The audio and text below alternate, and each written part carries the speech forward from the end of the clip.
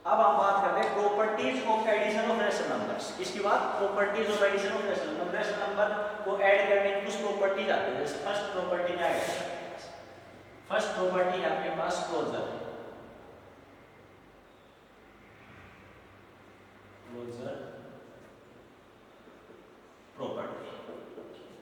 Closure property आपके पास क्या कहती है कि sum of two rational number is equal to a rational number. मतलब कि जब हम दो रेशनल नंबर का सम करें, वो जो रिजल्ट आए वो भी एक रेशनल नंबर ही निकलेगा। ठीक है, जैसे कि आपके पास क्या हो a/b प्लस c/d, जो ये रिजल्ट देगा ना, जो इनका रिजल्ट आएगा, जैसे क्या आएगा bt ad प्लस cb, ये क्या आएगा रेशनल नंबर। ठीक है, तो ये हमारे पास फर्स्ट प्रॉपर्टी है कि जो दो रेशनल नंबर्स का ऐड करें तो जो रिजल्ट दे वो भी क्या हो एक रेशनल नंबर। इसको हम क्या बोलते हैं क्लोजर प्रॉपर्टी। एग्जांपल देखिए,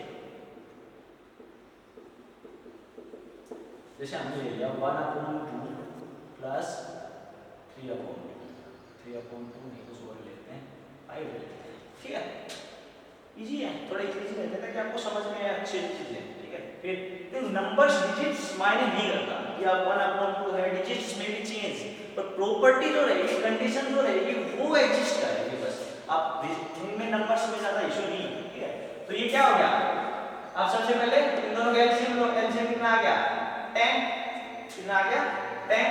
तो यहाँ पे 10 बनाने के लिए क्या करना पड़ा आपको 5 से मल्टीप्लाई, यहाँ भी 5, ये कितना हो गया आपके पास क्या बन के आ गया भाई 5/10 प्लस 3/, इसको 10 बनाना है तो क्या करना पड़ेगा 2 से, इधर भी 2 से क्या आ गया आपके पास 6/10, क्या आ गया 5/10 प्लस 6/10, दोनों का क्या है अभी हमने समझा कि फर्स्ट केस आ गया। ये फर्स्ट केस क्या कहता है कि जब डिनोमिनेटर्स इक्वल हो तो जो कॉमन डिनोमिनेटर है वो ले लिया, इनका कर दिया हमने ऐड, डिनोमिनेटर्स का कितना हो गया 11/10।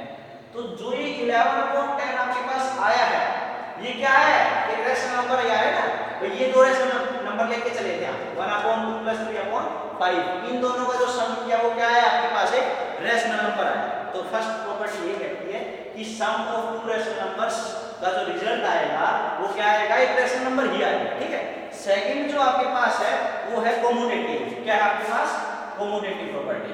देखो उसको समझो, कम्यूटेटिव प्रॉपर्टी क्या कहती है आपके पास कि जब आप उनके रेशनल नंबर्स का सम करते हैं, मतलब जो उनका रेशनल नंबर का सम करते हैं, उनका जो ग्रुपिंग करते हैं, ऑर्डर जो ऑर्डर होता है वो किसी भी तरीके से आता है, मतलब उल्टा सीधा दोनों तरीके से एग्जिस्ट करेगा।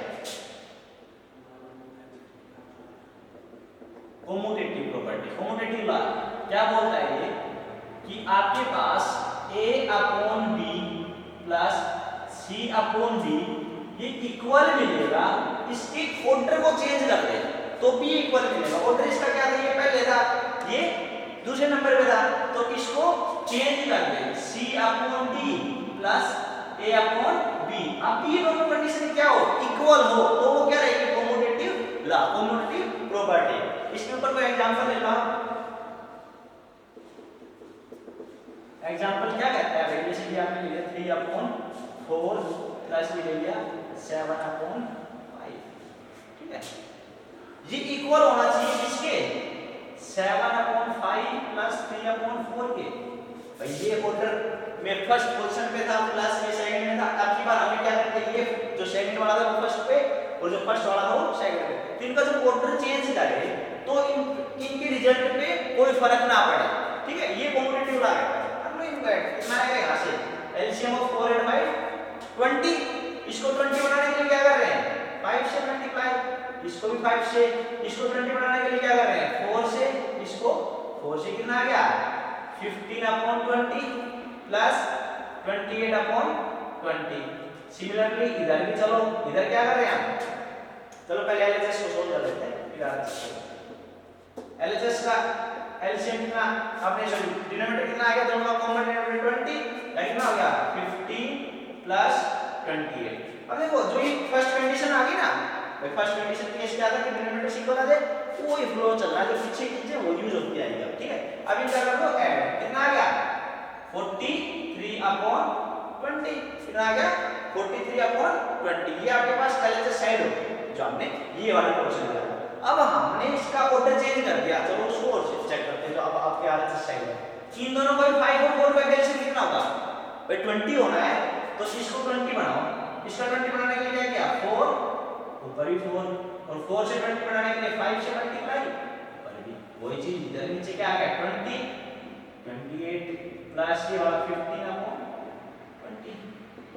क्या आएगा, दोनों डिनोमिनेटर इक्वल है, तो कॉमन डिनोमिनेटर निकल जाएगा 20, इसका 28/15 क्या आ गया रिजल्ट आपके पास 43/20। तो क्या है LHS इक्वल टू RHS, मतलब ऑर्डर चेंज करने से रिजल्ट में कोई फर्क नहीं पड़ा। तो ये आपके पास क्या होती है कम्यूटेटिव लॉ, ठीक है। थर्ड केस जो आता है आपके पास वो होता है एसोसिएटिव। क्या होता है एसोसिएटिव, ठीक है। एसोसिएटिव लॉ क्या कहता है कि जब हम ग्रुपिंग ऑफ 3 रैशनल नंबर्स करें, ठीक है, ग्रुपिंग करें उनका, ग्रुपिंग मतलब एक बार उसको a और b जो फर्स्ट और सेकंड के साथ मल्टीप्लाई करें और सेकंड बार उसको थर्ड और सेकंड और थर्ड के साथ मल्टीप्लाई करें, तो ग्रुपिंग करने से उनके रिजल्ट पे कोई फर्क ना पड़े, ठीक है। तो उसको हम क्या कहते हैं एसोसिएटिव लॉ, ठीक है। तो देखो एक बार इसको एसोसिएटिव, ये आ गया आपका एसोसिएटिव लॉ।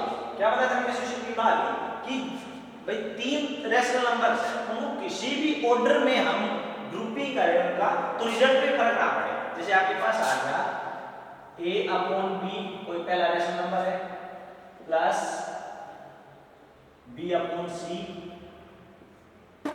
प्लस e/,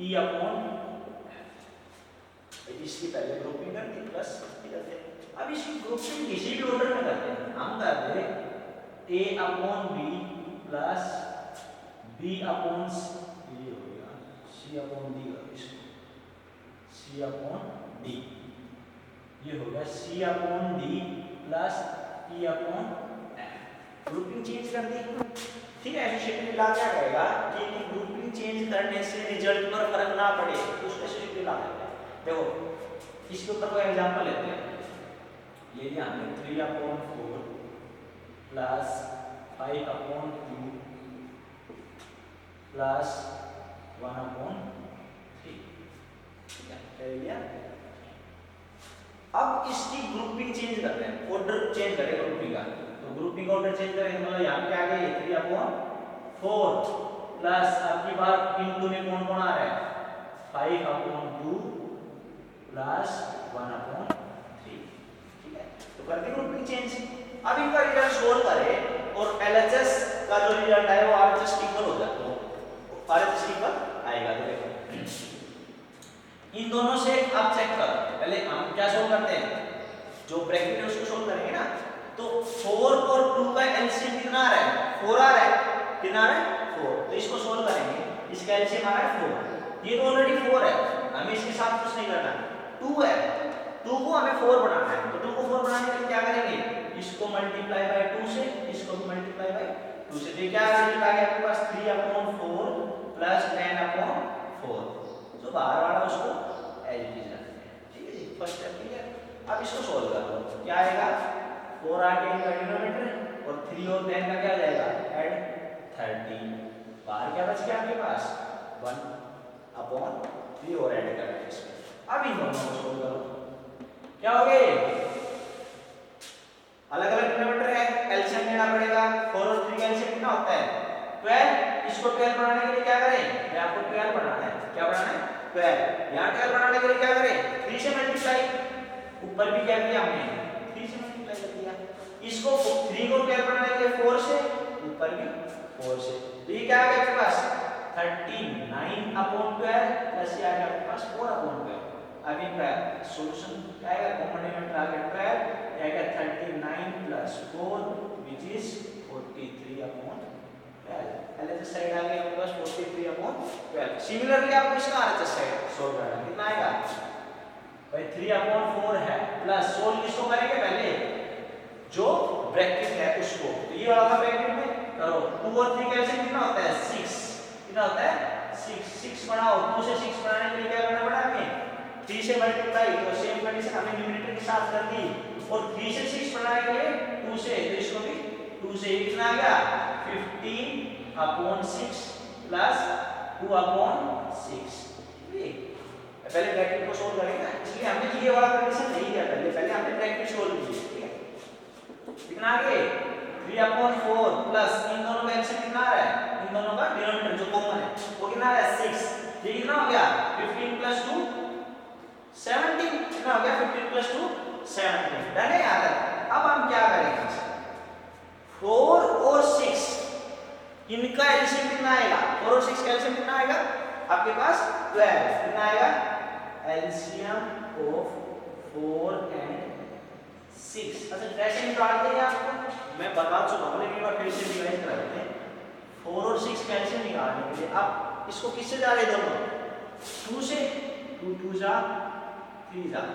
अब ये 2 से 1 जा 3 ऐसे रहेगा, ठीक है। अब ये किससे जा रहा है 3 से 1 1, इन सब की मल्टीप्लाई करो। हमें जब तक जाना है जब तक ये 1 1 नहीं बन जाए, ठीक है। 2 2 जा 4 3 जा 12, तो एक्शन कितना आ गया इन दोनों का 12। कितना आएगा ये इक्वल टू 12, तो बना हुआ है 4 से 12 कैसे बनेगा भाई multiply by 3, multiply by 3। Similarly ऊपर भी मल्टीप्लाई करना पड़ेगा। कितना आ गया 9/12 प्लस 6 से 12 कैसे बनेगा 2 से मल्टीप्लाई, इसको किससे करेंगे 2 से मल्टीप्लाई। कितना हो गया 72 जा 34/12, कितना हो गया 34/12। इन दोनों का ऐड क्या आएगा डिनोमिनेटर सेम है, कॉमन डिनोमिनेटर आ गया 12।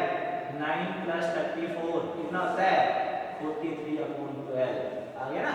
LHS = RHS। तो इसको बोलते हैं एसोसिएटिव लॉ। क्या होता है एसोसिएटिव लॉ कि 3 रैशनल नंबर्स का ग्रुपिंग का ऑर्डर चेंज करने से कुछ नंबर किसी भी ग्रुप ऑर्डर में चेंज हो सकते हैं, ठीक है। इनको क्या बोलते हैं एसोसिएटिव लॉ, ठीक है। अब फोर्थ आता है आपके पास, क्या आता है फोर्थ एडिटिव आइडेंटिटी। तो जो फोर्थ प्रॉपर्टी आपकी वो आती है जीरो प्रॉपर्टी और एडिटिव आइडेंटिटी। एडिटिव आइडेंटिटी का मतलब क्या है भाई किसी भी नंबर में, ठीक है, आप क्या ऐड करो कि वही चीज रह जाए। आइडेंटिटी ऐसा कैसे, आइडेंटिटी मतलब होता है पहचान, कि कुछ ऐड करने में उसकी पहचान में कोई बदलाव ना आए। तो आप एडिटिव में क्या करते हो जीरो ऐड कर देते हो। क्या ऐड कर देते हो जीरो, मतलब किसी भी रेशनल नंबर में आप जीरो को अगर ऐड करोगे तो रेशनल नंबर खुद ही रह जाएगा ना। तो क्या बचेगा वो खुद एक रेशनल नंबर बच जाएगा, जो रेशनल नंबर था वो जीरो ऐड करने से कुछ फर्क नहीं पड़ेगा। तो इसको बोलते हैं एडिटिव आइडेंटिटी। क्या होते हैं एडिटिव आइडेंटिटी, मतलब कोई भी है आपके पास रेशनल नंबर मान लो आपके पास है a/b, आपने इसमें जीरो ऐड कर दिया, या मान लो वो हो सकता है इस ऑर्डर में हो 0 + a/b, तो जीरो में कोई रेशनल नंबर ऐड कर दो, समझ रहे हो ये चीज। तो क्या रहेगा इसका रिजल्ट a/b, वो क्या रहेगा रेशनल नंबर। तो आया समझ, ये है आपके पास आइडेंटिटी आइडेंटिटी। तो इजी है, जीरो ऐड करना है और जो रेशनल नंबर रहेगा वो सेम रहेगा, एक से अधिक खुद ही बच जाएगा। इसके बाद फिफ्थ वो भी आसान है, वो है एडिटिव इनवर्स। क्या है